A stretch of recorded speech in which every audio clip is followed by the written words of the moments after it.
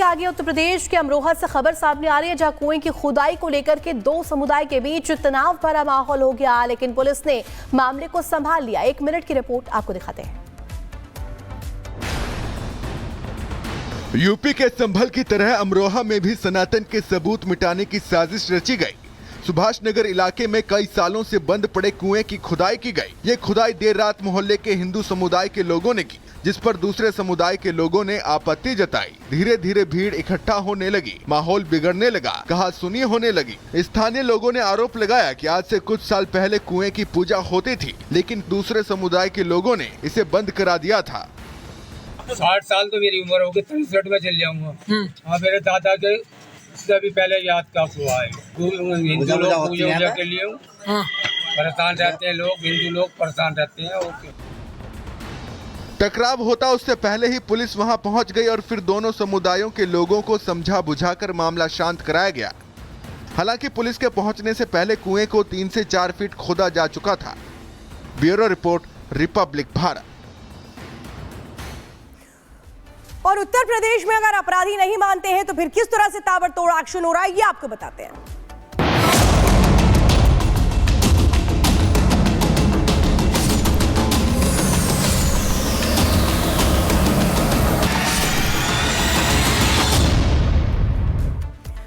तो देखिए किस तरह से चेन स्नैचिंग करके भागने की कोशिश हो रही थी। उत्तर प्रदेश के हापुड़ से खबर निकलकर सामने आ रही है और उसके बाद एक्शन होता है। लेकिन सिर्फ एक अपराधी नहीं है, बल्कि किस तरह से एक के बाद एक ये अपराधी जो कोशिश कर रहे हैं पुलिस को चकमा देने की, लेकिन कैसे पकड़ लिए जाते हैं। 2 तस्वीरें, चाहे फिर हापुड़ हो या फिर महोबा हो, दोनों जगह बदमाशों को पकड़ा गया, कैसे पैर में गोली लगी। और ये ऑपरेशन लंगड़ा के तहत यही कोशिश होती है कि पैर में पहले गोली मारी जाए, अगर भागने की कोशिश करें और उसके बाद पकड़ लिया जाए। और इसी के बाद इन बदमाशों को समझ में आता है कि अपराध छोड़ने में ही भलाई है। एक रिपोर्ट देखिए।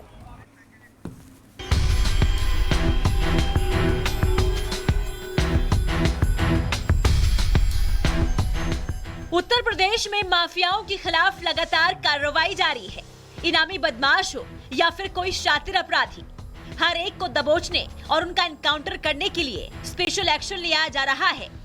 यूपी को अपराध मुक्त बनाने के लिए चुन चुनकर अपराधियों को बिल से निकाला जा रहा है। पुलिस अपराधियों को पकड़ने के लिए यूपी के हर जिले, हर शहर, हर चौक चौराहे पर जाल बिछाए बैठी है। जैसे ही किसी अपराधी की सूचना मिलती है, फैसला ऑन द स्पॉट कर दिया जाता है। एक तरफ योगी पुलिस जीरो टॉलरेंस नीति के तहत काम कर रही है, अपराध और अपराधी पर लगाम लगा रही है, तो दूसरी तरफ उनके आदेश का पालन करते हुए कानून व्यवस्था की मिसाल पेश कर रही है। महोबा में पुलिस चेकिंग कर रही थी, तभी खुद को पुलिस से बचाने के लिए बदमाश ने फायरिंग कर दी।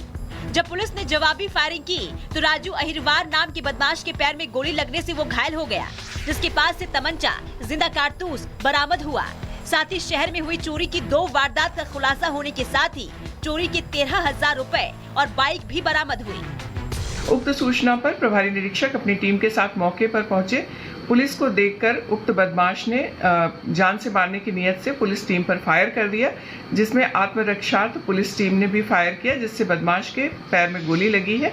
उक्त बदमाश के पास से एक अवैध तमंचा, 3 जिंदा कारतूस, एक खोखा, चोरी के 13,000 रुपए और एक मोटरसाइकिल बरामद हुई है। हापुड़ में भी पुलिस ने ऑपरेशन लंगड़ा चलाया, जहां बदमाशों के साथ नगर कोतवाली इलाके में मुठभेड़ हुई। यहां पर चेकिंग के दौरान पुलिस ने बदमाश को रोका तो उसने फायरिंग शुरू कर दी, जिसके बाद पुलिस ने भी जवाबी कार्रवाई करते हुए फायरिंग की, जिसमें पैर में पुलिस की गोली लगने से बदमाश घायल हो गया। पकड़ा गया बदमाश चैन स्नैचिंग का आरोपी है, जिसके पास से चैन, अवैध हथियार, स्कूटी, 13,000 रुपए बरामद हुए हैं। घायल बदमाश गाजियाबाद का रहने वाला है, जिसका नाम मोहम्मद आमिर कुरैशी बताया जा रहा है। पुलिस उसके पीछे गई तो उसने पुलिस पर फायरिंग की।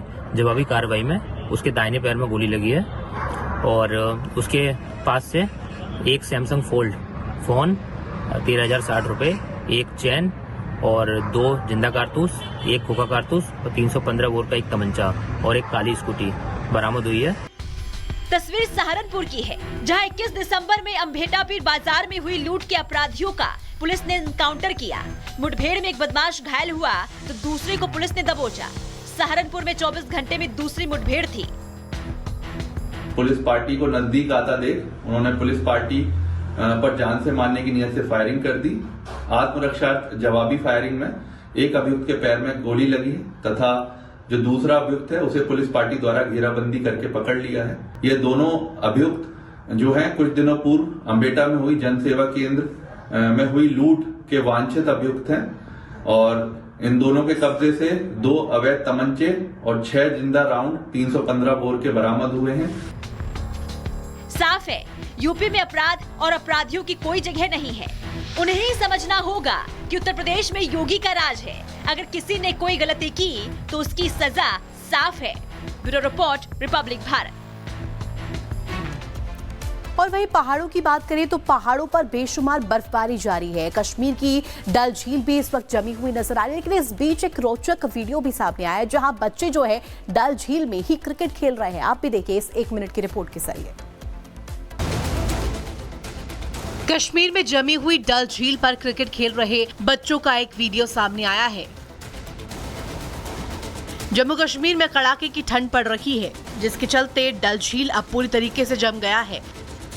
जमी बर्फ पर कुछ बच्चों का क्रिकेट खेलते हुए एक वीडियो सामने आया है। वीडियो में कश्मीरी बच्चे कड़ाके की ठंड के बीच क्रिकेट खेलते दिखाई दे रहे हैं। ये वीडियो सोशल मीडिया पर यूजर्स को काफी पसंद आ रहा है। धरती का स्वर्ग कहे जाने वाले जम्मू कश्मीर में ठंड इतनी पड़ रही है कि पारा -3 तक लुढ़क चुका है, लेकिन ये कश्मीरी बच्चे इसी ठंड का मजा ले रहे हैं।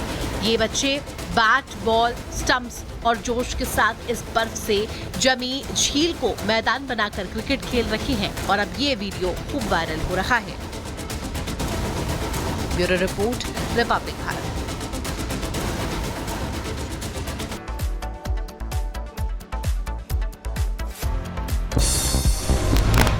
एमपी के भोपाल में कार से सोना मिलने का मामला। पूर्व सिपाही सौरभ शर्मा के दफ्तर और घर पर ईडी का छापा। दूसरे आरोपी चेतन सिंह को लेकर पहुंची टीम।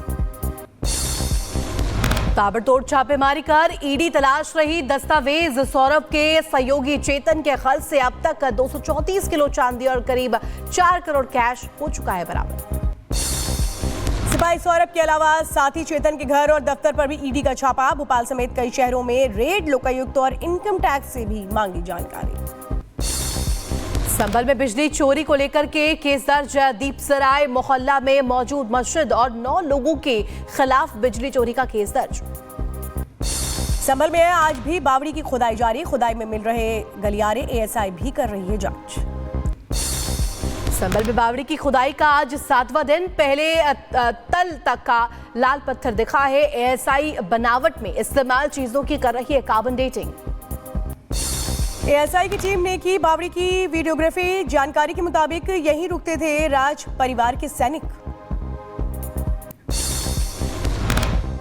आज खुदाई का 7वां दिन है और कार्य प्रगति पे चल रहा है हमारा, और हम जो है नहीं है इस कार्य में सफलता हर हालत में पाकर रहेंगे। संभल में जुमे की नमाज को लेकर के सुरक्षा बढ़ाई गई। शाही जामा मस्जिद में सुरक्षा के पुख्ता इंतजाम। शाही जामा मस्जिद के पास संभल पुलिस और 10 पीएसी की कंपनी तैनात। सीसीटीवी कैमरे से भी रखी जा रही है नजर। उत्तर प्रदेश के अमरोहा में मस्जिद के पास कुएं की खुदाई शुरू। हिंदू समाज के लोगों ने खुदाई शुरू की है। 100 साल से बंद था कुआं, पुलिस ने खुदाई रुकवाई। प्रधानमंत्री मोदी ने पूर्व प्रधानमंत्री डॉक्टर मनमोहन सिंह को दी श्रद्धांजलि। पूर्व प्रधानमंत्री के आवास पर पहुंच करके किया नमन। कहा उनकी बुद्धिमत्ता और विनम्रता हमेशा देखने को मिलती थी। पूर्व पीएम डॉक्टर मनमोहन सिंह के निधन पर प्रधानमंत्री मोदी का वीडियो संदेश आया सामने। कहा मनमोहन सिंह का जाना बड़ी क्षति है। उनका जाना एक राष्ट्र के रूप में भी हमारे लिए बहुत बड़ी क्षति है। प्रधानमंत्री मोदी ने पूर्व प्रधानमंत्री मनमोहन सिंह के योगदान को याद किया। कहा मनमोहन सिंह ने जीवन के हर क्षेत्र में उपलब्धि हासिल की। चुनौतीपूर्ण समय में आरबीआई गवर्नर की भूमिका निभाई। उनकी निष्ठा सभी के लिए प्रेरणा। जीवन के हर क्षेत्र में उपलब्धियां हासिल करना ये सामान्य बात नहीं है। एक चुनौतीपूर्ण समय में उन्होंने रिजर्व बैंक के गवर्नर की भूमिका निभाई। पीएम मोदी ने मनमोहन सिंह की आर्थिक नीतियों की सराहना की। कहा, आर्थिक नीतियों में उनकी अमिट छाप, उन्होंने वित्तीय संकट से देश को बाहर निकाला। एक विद्वान अर्थशास्त्री के रूप में और रिफॉर्म्स के प्रति समर्पित लीडर के रूप में उन्हें हमेशा याद किया जाएगा।